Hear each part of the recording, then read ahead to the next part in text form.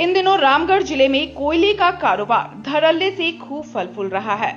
जिले के शायद ही ऐसा कोई थाना क्षेत्र बचा है जहां कोयला का अवैध खनन नहीं हो रहा है। सूत्रों के अनुसार जिले से प्रतिदिन 50 से 60 बड़े बड़े ट्रेलर से अवैध कोयले की परिवहन कर जिले के बड़े बड़े प्लांटों में अवैध कोयला को खपाया जा रहा है। यही नहीं, कोयला तस्कर इन प्लांटों के अलावा डेहरी और बनारस के कोयला मंडी में अवैध कोयला भेजने का काम कर रहे हैं। कोयला तस्कर इतने बेखौफ होकर काम कर रहे हैं कि इन्हें कोई रोकने टोकने वाला नहीं है। इनकी माने तो ऊपर से लेकर नीचे तक सब मैनेज है, तब यह कारोबार चल रहा है। कोयला तस्करों का हौसला इतना बुलंद है कि आप इसी बात से अंदाजा लगा सकते हैं कि पिछले दिनों रामगढ़ जिले में नए सराय मोड़ पर रात अंधेरे में एक अवैध कोयला लदे ट्रेलर को ग्रामीणों ने रोक दिया था। फिर क्या, 4 व्हीलर से स्कॉट कर कोयला तस्कर जबरन ट्रेलर को वहां से छुड़ा ले गए।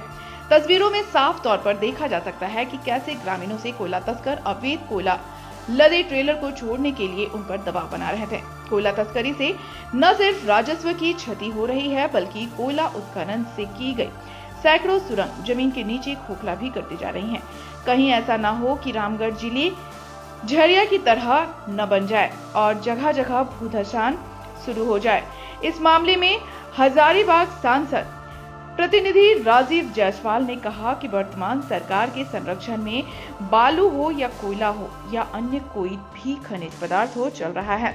वही इस मामले में रामगढ़ एसडीओ अनुराग तिवारी ने कहा कि जिले में अवैध खनन कोयला हो या बालू हो, सूचना पर प्रशासन कार्रवाई करती आ रही है।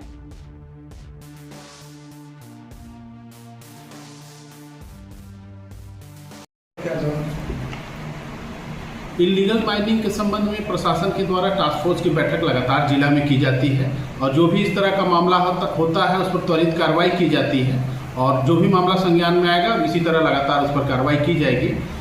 कुछ समय पहले यहाँ पे जो अवैध कोयले के जो उस तरह के मुहाने थे उनको भी बंद करने का काम किया गया रामगढ़ में व्यापक स्तर पर, तो सभी स्तर पर यहाँ पर कार्रवाई किया जाएगा। छोटा बड़ा जो भी हो अवैध उत्खनन उस पर कार्रवाई की जाएगी। समय में चाहे वो बालू हो, चाहे वो कोयला हो, चाहे राज्य का कोई भी खनिज संपदा हो, जिसका अवैध कारोबार और जो है कि उसका जो है स्मगलिंग जो है वो सरकार के संरक्षण में ये सारे काम चल रहे हैं।